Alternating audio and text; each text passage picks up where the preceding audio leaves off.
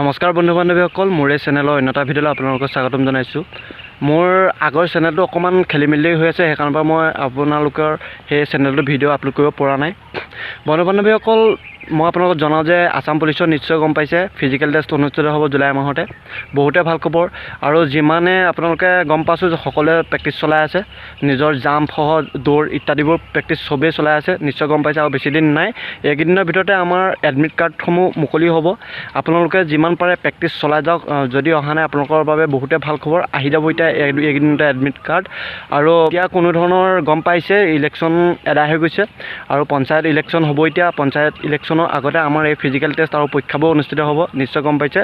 চৰকাৰে পূৰা যোজা চলাই আছে পৰীক্ষাবোৰ অনুষ্ঠিত কৰিবৰ বাবে।